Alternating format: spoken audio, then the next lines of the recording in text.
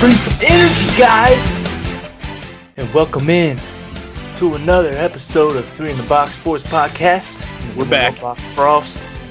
That's my number 2 box, Big Keith. My number 3 box is always Jordan. What's going on, fellas? Not too much.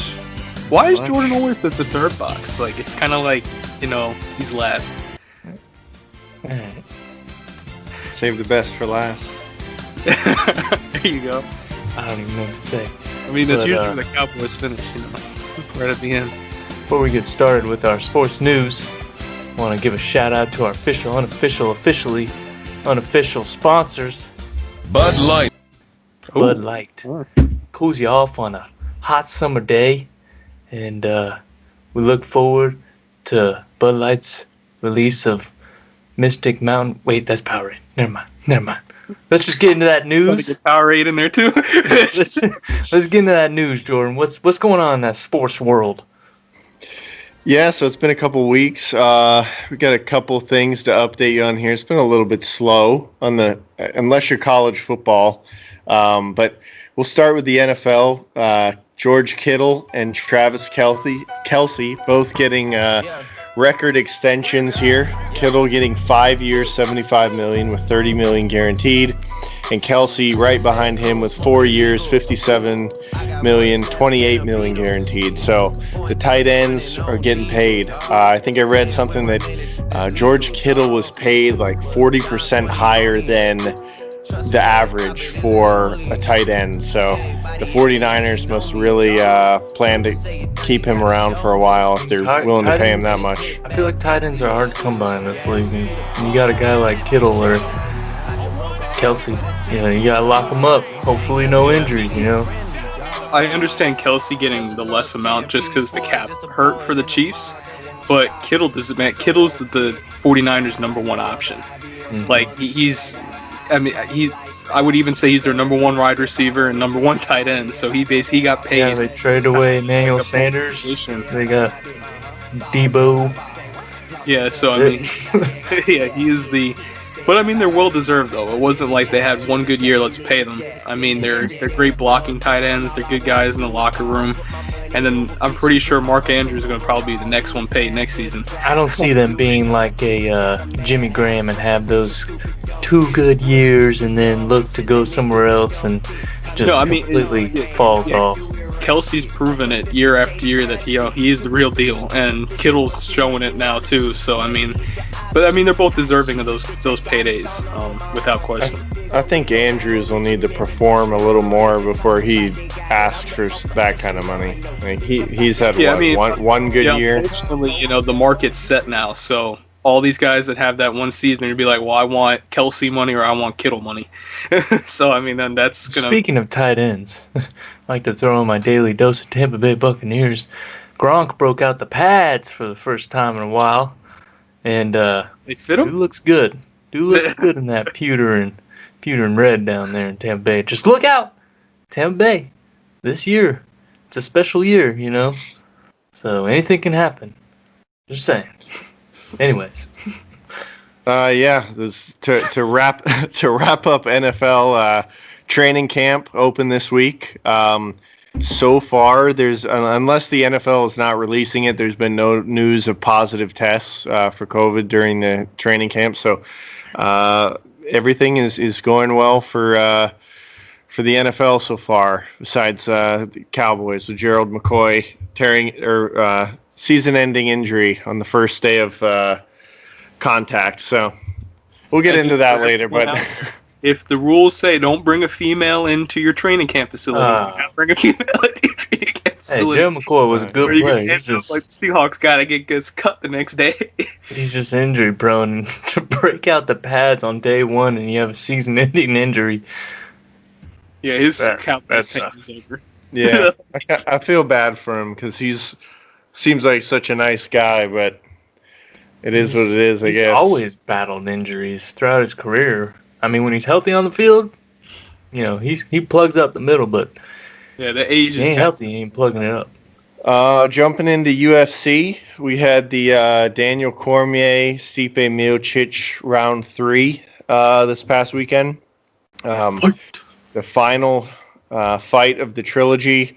A lot of people were banking on Cormier winning. This was his final fight of his career. He was retiring, win or lose.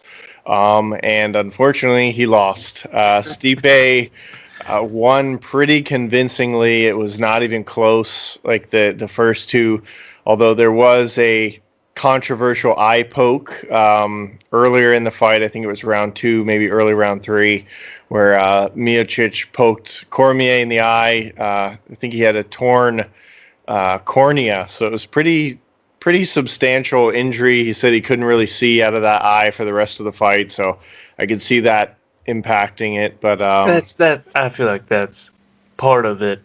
Yeah, I obviously, poking the eye is one thing, but poking your eye doesn't affect your stamina. And Cormier looked slow and just tired, and like he's ready to go right into the booth, like just do commentating. Yeah, like, he already had a foot and a half out the door. Like, you know what I mean? It was, it wasn't for a trilogy fight ending. It didn't really have that. You know what I mean? That it just kind of was like, oh, it just felt like another fight. What's Stipe's future? Is he done too, or is he? No, he's still fighting. Yeah, is what Francis, and he looked good. Francis Ngannou, yeah. Yeah, that should be the next fight for him. Although he's already beat Ngannou once, so we'll see how it goes the second O'Malley time around. His first loss. Yeah, that one was a little iffy. He seemed to lose because of injury, not because he just got beat. But you said O'Malley? Yeah. I'm sure he'll probably come back and rebound pretty well. MLB. A good old baseball. It's been an absolute show for anybody who's been paying attention. Some teams are doing great, just chugging along, getting their games done. Yankees. Some teams are haven't played in 3 weeks because they, for some reason, cannot seem to not spread COVID or catch COVID. The Cardinals, I don't think they've played a game since July. There's been a few other teams here and there who have failed a couple tests and had to hold out, but they came back. But the Cardinals, I think at this point, someone needs to discuss just booting them from the league for the rest of the year because they're starting to impact the whole season. And the scheduling. I agree. It's one thing to mess up your own team, but you're messing up the league as far as scheduling. Like, what do you do with those missed games? The whole thing is they need to. If you're not gonna cut them out for the rest of the season, then every single one of those games the wins need to go to the opposing team. Like, and the thing is, it was blatantly their fault, and they admitted, listen, we didn't follow the rules. We all went to the casino, and we all got sick. There needs to be some kind of penalty issue to that, because you have other guys and other teams that are doing their best to follow the rules, and these guys just blatantly went out. And then that even goes to the Indians with Clevenger. I was just going to say. The other pitcher, I can't remember his name, but they both went out to a bar, end up getting COVID, and then their fellow pitcher, Carlos Carrasco, beat cancer, comes back and plays, and you have the audacity to go and do that. And then today, they made their closer, Oliver Perez, was like, I'm opting out if these two don't get reassigned. And the Indians did the right thing. Reassigned them, kicked them off the team for either the remainder of this year or whatever their future holds. But, I mean, like, stuff like that's what needs to be done. If you blatantly break the rules, there needs to be some kind of penalty. Because, I mean, it gets to the point where every single team the Cardinals are going to play, I mean, they're all sitting there like, so we have to make all these games up now? It's not our fault. Yeah, no, I think that's the right call. Either boot them or penalize them. Give them losses for every game that they've missed, and they need to start being tested more frequently since they clearly don't care about the team or the league. So, yeah, I mean, baseball is by far the worst start of all major sports at this point. Oh yeah, everyone else is doing it the right thing. Everybody else is doing the right thing. Why can't you? It makes no sense. It just gives a testament to what the bubble concept is actually doing. Like, it's actually working. You got teams that are following the rules, and you still have some players leaving and stuff. Like Mike Conley left to for some family stuff, but like you come back, you do the quarantine thing, and you get tested some more, but they haven't had any cases. I think the NHL hasn't had any NHL has cases. had no I don't cases think the since MLS has both had any years. cases. All successful bubbles. Yeah, So and they're tested every day. Every single day in the NHL, they get tested. Speaking of MLS, so we don't even have them on the roster for today, but I thought I'd note that Orlando City somehow made the final in the bubble. We did have a fan or a viewer ask how we thought Orlando City would do, and I think we said they probably wouldn't even make it out of their group, but they made it to the final and lost. But that's much more than anyone was expecting out of them. So good job to the hometown team. Runner up. Hey, we'll take it. Jumping into NBA, so far so good. Like we said, no cases for the NBA. Really, no surprises coming out of the bubble. I think the seeding ended up being almost identical, if not identical, to what the regular season seeding would have been. There was a close regardless. surprise. How about them Phoenix Suns going 8-0 in the bubble? The They were Suns on a whole nother level. they showed everybody that a lot of people say Devin Booker is ruining his career there. This kind of showed that, hey, Phoenix is not playing around. You get a couple more pieces, and they're gonna make a push in that West. And I don't know about you guys, but that last play to enter between Portland and Memphis, that was exciting basketball. Like, if I'm the NBA, I would really consider maybe tweaking the formats moving forward, because you can't tell me not watching that game that your eyes were just fixed to the TV. Like that, both those teams fought to the last second to be able to get in, and it was fantastic. It was fantastic. Portland definitely earned it, and they're going to be taking the Lakers on. So I think that's a great matchup. Portland, you can't sleep on them. Nurkic is healthy and going off. Yeah, he's playing for his grandma and stuff. But I just feel like, as far as the bubble's concerned, the NBA has done such a great job, not only like health wise, but more games than not have been like really good, like really exciting. Like, there's been numerous overtime games, close games. We were all watching the Suns to try and get in. They didn't make it and stuff, but they started the playoffs today. Games are going from 1:30 to 4:30 to 6:30 to whatever. All day long, every day. So it's a good time if you're an NBA fan. Yeah, Denver got the first win today, but I mean, going back to what John said, just the surprises as a whole. Like Brooklyn, I couldn't name more than two people on that roster coming in, and they fought. And with the Pacers, T.J. Warren was drinking that Michael Jordan juice. Like, that dude was going off for 50, 60 a night. And it was great, man. I like the NBA did a good job. I think he's going to come back to earth a little bit.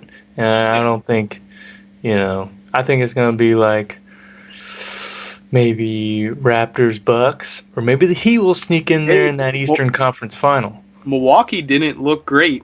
No. In their games. Milwaukee and the Lakers didn't look fantastic in this format. So the East could be open. The East could be open for somebody. Yeah. Toronto, someone could make a run at it. So jumping into the NHL, Keith, why don't you give us a brief, and I said brief, update on what's going on in the NHL bubble right now. For everyone out there, we'll be talking more hockey. But the NHL, we kind of hit it before. They have no cases. They've done a fantastic job in their hub cities of Toronto and Edmonton. The playoffs have officially started, as many of you probably know that watch hockey. And a couple surprises. The biggest surprise probably is the Capitals are looking to get swept in their next game. The Islanders are just pounding the daylights out of them right now. So that kind of surprised team. And the biggest surprise in my eyes was the Canadiens, Montreal. They wouldn't even really made the playoffs in the regular format. They came in, won their play to enter, and they are looking fantastic. So, I mean, this whole format, again, kind of like with the NBA, you have surprise teams, and the play to enters, I mean, it could change playoffs moving forward for them. But overall, that was probably the biggest, surprise. The Capitals kind of are struggling heavily, the Bruins, and their whole concept of the round-robin games were the teams that were guaranteed playoff spots. They basically considered it exhibition games for them. and they weren't really sure. You have these teams that fought to enter, like Columbus, who's playing the Lightning right now. They played Toronto, and that was a surprise outing too. But Toronto came in, they played, and Columbus was hot. They had the energy. The Lightning just played some exhibition games basically because they fought for seeding, but they were guaranteed the playoff spot. So a lot of people weren't sure if that was a fair advantage for those teams. But overall, the team that's struggling the most is the Capitals.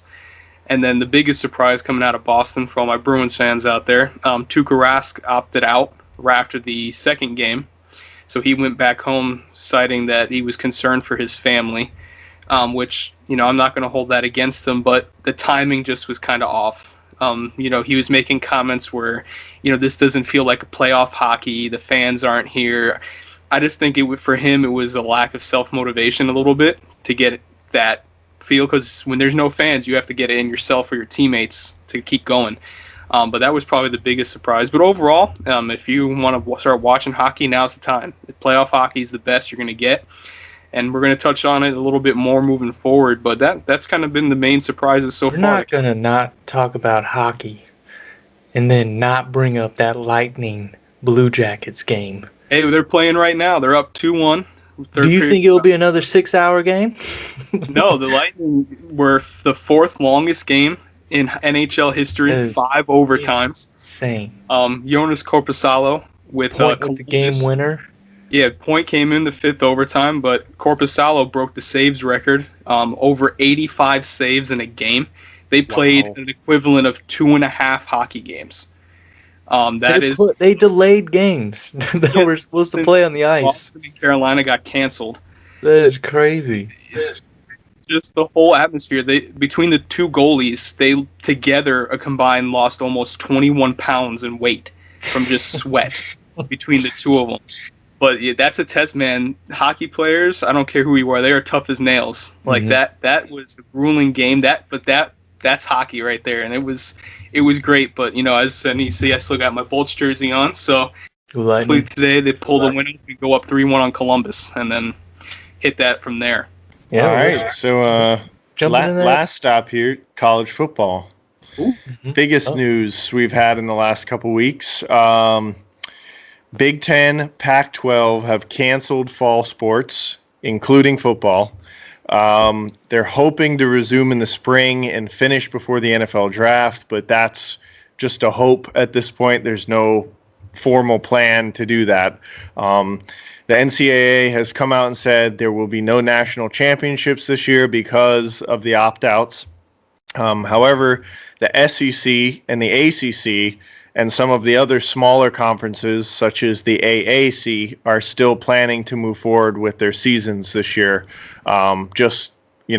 Where they're only playing in-conference games, like with Notre Dame joining the ACC. So college football is all mixed up right now. Kind of feel bad for some of the kids. It's definitely going to impact the draft, and you just think about like Mackenzie Milton. Yeah, Mackenzie Milton or Burrow. We're not going to have a next Joe Burrow. Kid that was projected as 6th-round talent blow up.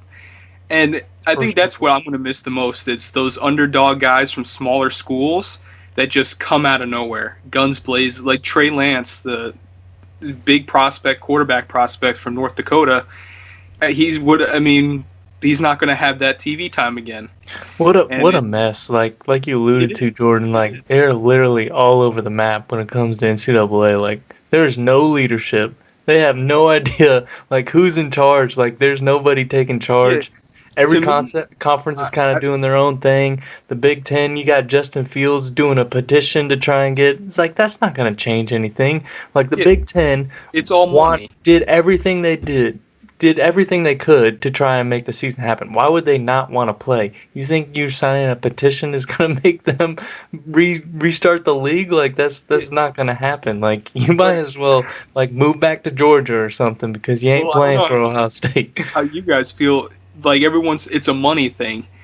Well, if it's a money thing, you have an organization in the NCAA, which is $1 billion company, and in Florida you have high school football being played. So you're telling me high school can figure this out, but the NCAA can't put two and two together? Not only that, high school sports in Florida, a hot Yeah, spot. yeah, Like, and we're it's just scheduled to play. Like, it just blew Well, my. I don't know if you could say that Florida high school sports has figured it out. I think they've just said yeah, we're playing. Screw it. Yeah, Just do it. But to Yeah. me, at least they have an answer. Like we obviously knew that the Big Ten was canceling when that news first kind of rumor went around, and we dropped that knew it first. was going to happen.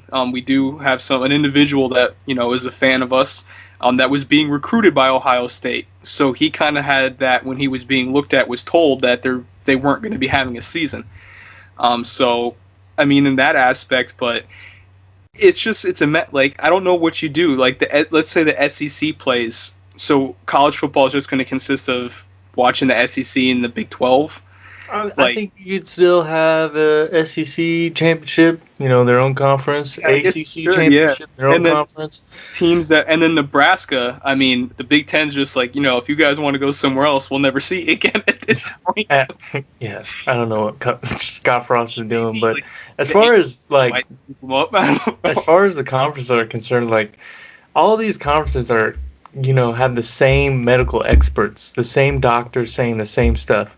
Why is the SEC? Why is the SEC and the ACC coming up with different stuff compared to the Big Ten and Pac-12? Some of these schools are the best medical schools in the world. Yeah, like I just don't understand how they came into different rulings and stuff. But yeah. And then our followers that we try not to hit on politics, but I think a lot of it does have to do with the states that most of the SEC teams are in, and a lot of the states that the Big Ten and Pac-12. Southern, South, and North. I'll just leave it at that. But I think governors of the states are having a big say in it. Like, there's no way California is going to let their schools play football. And have the states closed down again. But DeWine, governor for Ohio, is a Republican, and they said no. So you could say politics, but then it's just like I think it's just all about geographic. Like literally, all the South said, "All right, let's do it," and then all the North said, "Screw it." Football is too important to cancel. We're gonna play anyway. There's so much money in it. I get it. Like, but you're gonna say the Big Ten, for example, didn't do everything they could to try and have a season. And Justin Fields thinks he's going to reinstate the league with a petition? Come on. I mean, you can't. The Pac-12 had some heavy hitters too. Oregon and, USC. Those were, top 25 teams. Yeah. And, they're out. I mean, our friends north of the border, the CFL got canceled today.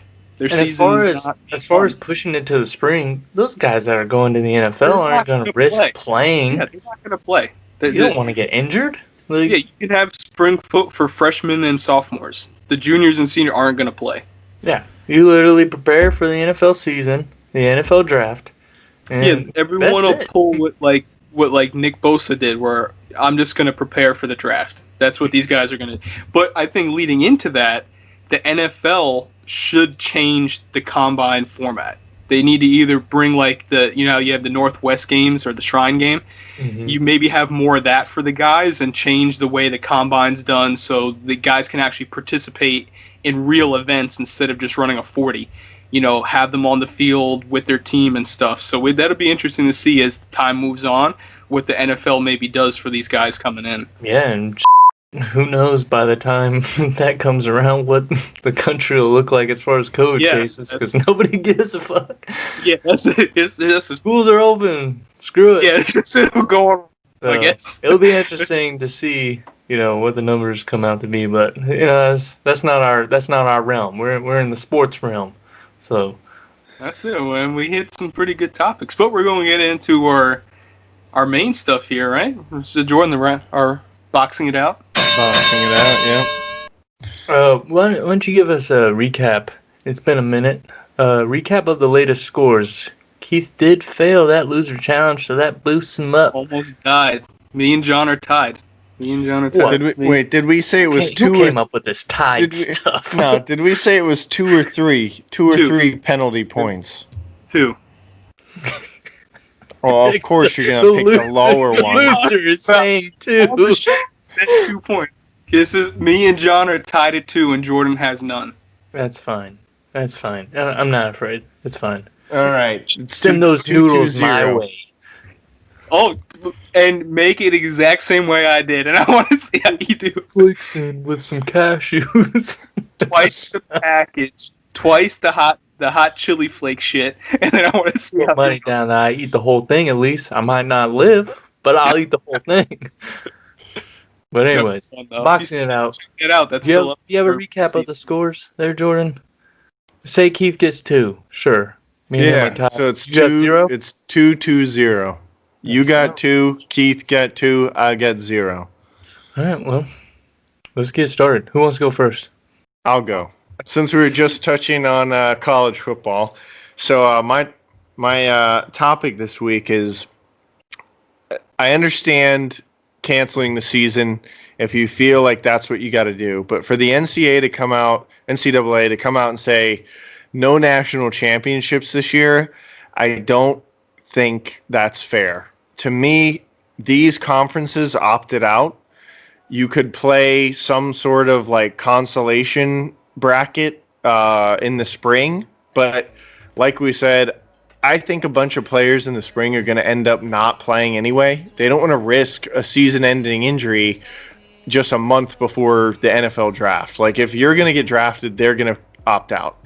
It's going to be a boring season. It's going to be, a couple good teams with a couple decent players, and maybe a couple players who weren't too good to start, getting their time to shine. But to me, you might as well just move forward with the national championship with the teams that are left. Like, as SEC still powerhouse, ACC, Clemson, and maybe a couple of those smaller schools from the smaller conferences will make it in there. So to me, I disagree with the NCAA, and I think they should have kept the national championship format. And those conferences that opted out, just you opted out of the championship as well. I get what you're saying, and for the record, SEC and ACC have controlled the national championship for X amount of years. So either way, one of those teams would have came out and played the national championship anyways. But I have to disagree with you. I don't think you can have a national championship if all the conferences are involved.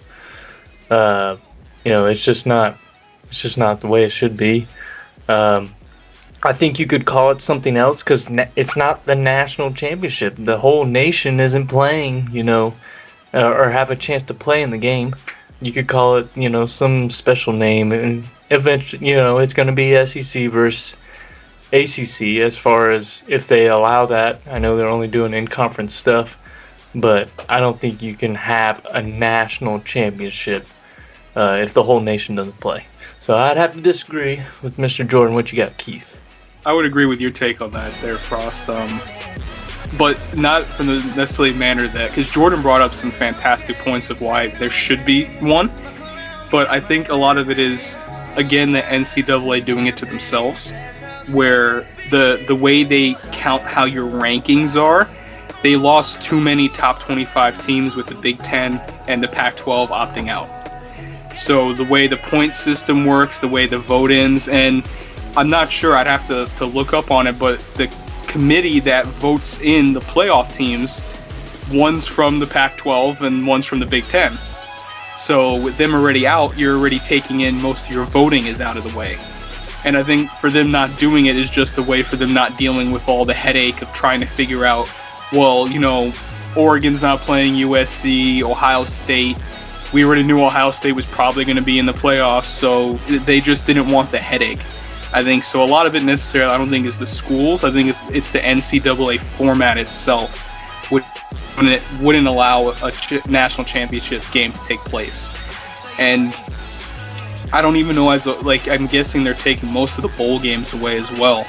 And it's the travel restrictions that these guys are going to be under. But it's a shame because a lot of these kids to school, there's no shot at this year for them. So those seniors or juniors that might have had a taste of, they're not going to get it.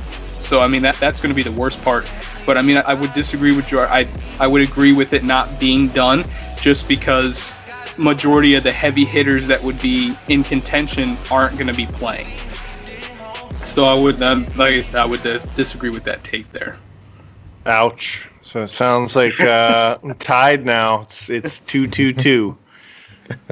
Who's next? I'll go with my boxing it out topic. You just hold there tight, Keith. I got a good one as far as basketball is related. Here we. The NBA playoffs started today, like we mentioned, and going into this episode, we had an NBA special episode, and me and Jordan both thought that LeBron James should win the MVP based on that the voting was off of before the shutdown. And the Lakers were hot. They were beating the Bucks. They were beating the Clippers. And LeBron James was averaging a double-double and a career high in assists. But you look at the Lakers now, it's a different ball game. And my topic or boxing out segment is that the Lakers will not win the championship this year, and I'll tell you why. I think LeBron James has lost his clutch edge, because if you look at the numbers, he is becoming more of a playmaker as far as the guy taking the shot. He's passing it off to the ADs. He's passing it off to who's ever healthy left. And, you look at Kuzma, when he played just the other day, he's like got all this confidence and stuff, but he'll shoot on God if he's in front of him. Yeah, hold on there, Kuzma. Yeah. But LeBron James passed it off, He's passing it off, and you look at the numbers, he in the paint, he would go and drive in the lane, and now he's taking these not perimeter shots per se, mid-range shots. And I think, get a little mileage on his body. His legs are getting a little tired. He starts turning into a playmaker. And I just don't think when you go up to the teams against like the Clippers just to get out of the West, you got Kawhi Leonard, you got Paul George, you got even Marcus Morris, and Kawhi Leonard's coming up. He's still young, younger than LeBron, and Paul George is still a stud. I just think the Clippers will be the ones that come out of the West, and therefore the Lakers will not win a championship. And also, you bring in Anthony Davis, and people might say, like, oh, but he's got AD, his best teammate he's ever had, which is true. I definitely agree. But AD has no playoff experience. So, or lack of. So I just don't see the Lakers coming out of the, of the West in general to even make it to the championship. And if the MVP voting was going on now, I would have changed my vote from LeBron James because it's been looking rough. And I got shit for saying that he wasn't winning MVP. Because it was based on before the shutdown, LeBron James was killing it. But now it makes sense. So my take is that the Lakers will not win the championship this year. Do you agree or disagree? I'll agree. I'd say that. If you asked me, if you showed me at the end that the Lakers do win it all, I wouldn't be surprised, because we've seen this with LeBron teams before, where they're, they don't have any chemistry. They're, wasn't there like a couple seasons ago? Was it the Cavaliers where there was like this video of all them crying after like 5 games in, but somehow it always turns around. You never know what LeBron's going to do, but based on what we're seeing right now, I'd agree. I don't think the Lakers are going to win it.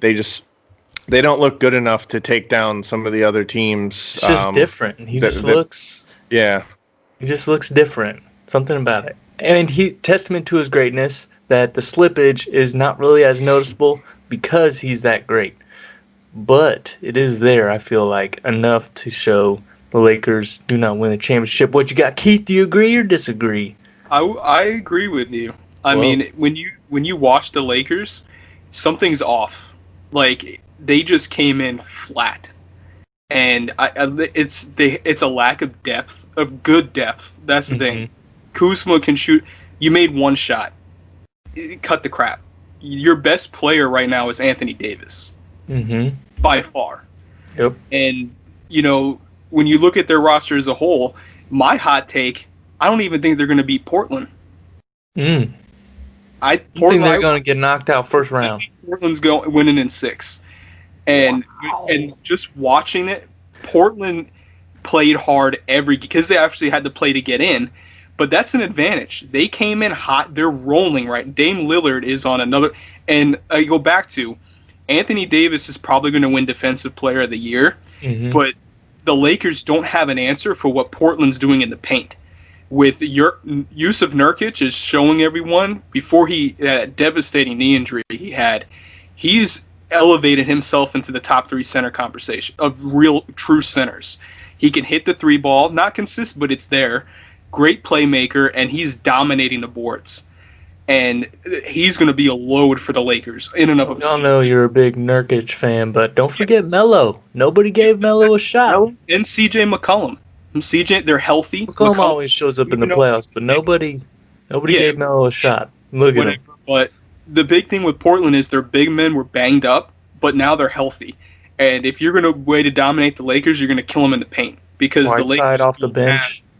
The Lakers don't have the 3 ball, so they're going to have to compete down low. And to me, the advantage goes to Portland. Anthony Davis not getting a 3 from LeBron James. But I'm telling you, I don't even think they're getting out of Portland. And I think a lot of it is LeBron needs the fans. He needs the lights. He needs the cameras. And I think for him, a lot of it is just he's going through the motions. And I'm trying not to knock someone. He's the greatest of our generation. But he needs that. He needs the people saying, "Fuck you, LeBron. You're trash. You're garbage." And then I love LeBron. He doesn't have that right now, And I think that's affecting him in a small manner. Of someone on his level, he needs that back and forth, and it's missing for them. I could see that. I think that's my take on it. So I definitely agree with that, though, John. On Boom. Lakers. That's how you win. We're still tied. How you win a segment. Yeah, but we're tied. I'm not losing. And that brings us to our third box topic, Mr. Big Keith. What you got, Keith? My take's is going to go into the realm of football here. As many of you know, the mighty Washington football, the mighty Washington football team. That gnarly numbers they put on their helmets. Really good. But my take actually goes into their quarterback position, where, as many of you know, Alex Smith had a horrific knee to the point where he was minutes away from losing his leg. As if you see that documentary, unbelievable, that story.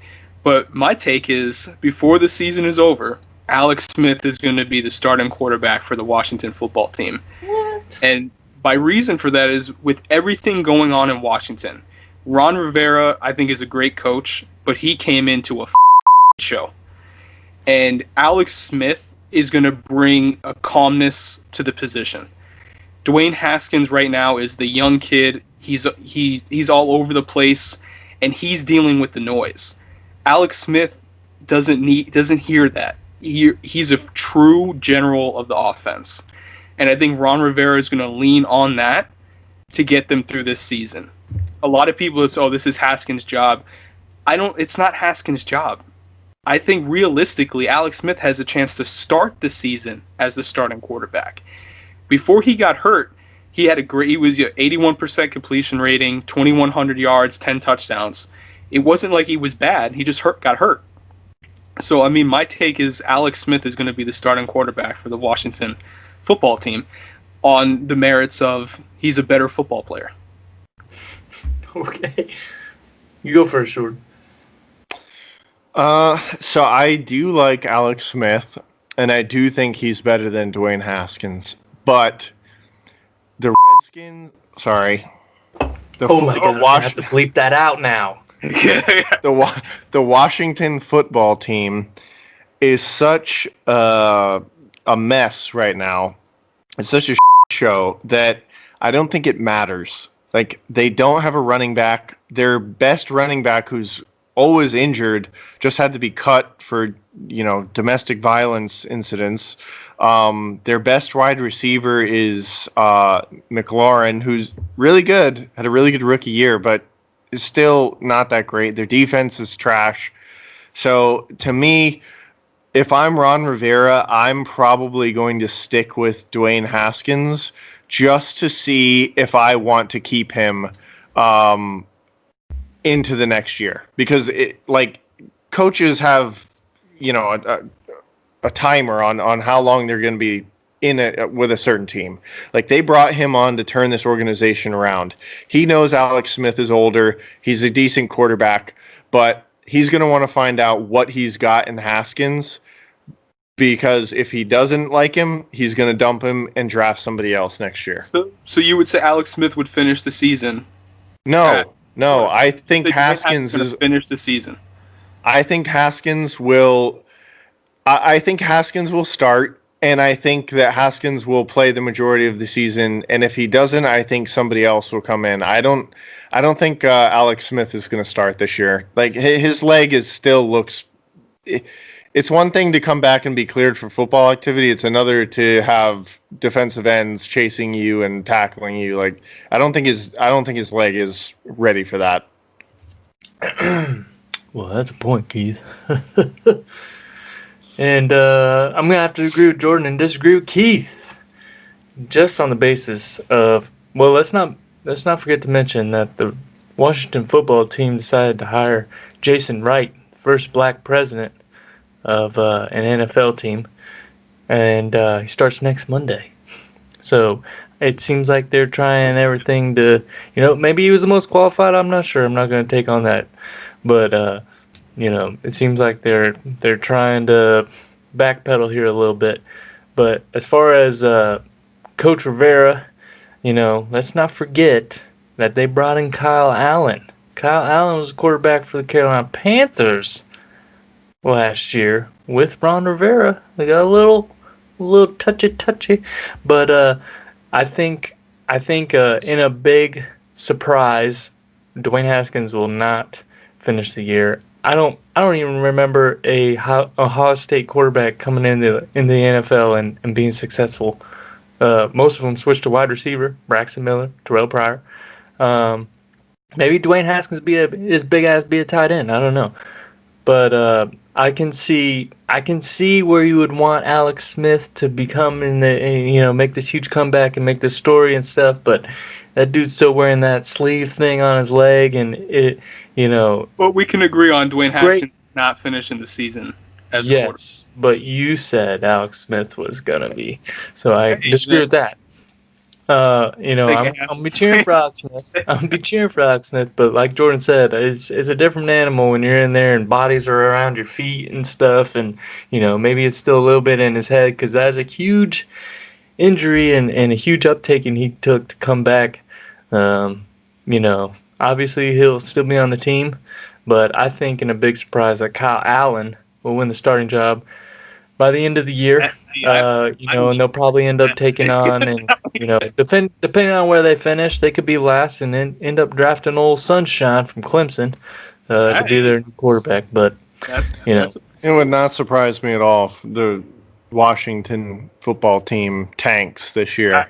I just never understood of drafting an Ohio State quarterback in the first round. Well, apparently Gruden did not want to draft Haskins. That's and correct. it was Dan Snyder that pushed it. So Dan Snyder might be out anyway. So he's getting pushed by the other owners that they want him gone. That's a whole nother animal. But as far as scoring, that brings Keith to the old 224. What's the final episode? Are we doing one more? I think we got one more. One more for right. Keith's redemption.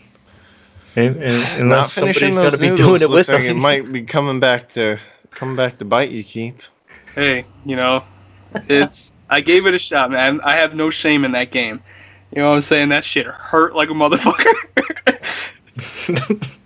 Well, apparently it was hot. But, Yeah, it was. don't forget to check out the NBA playoffs. It's already gotten off to an exciting start, and like I said, games are playing all day long during the week, and go Orlando. I know it's a big shot to go against the Bucks in Milwaukee, but hey, a fan can dream. Hey, and just for everyone out there, we did get an invite for a interview.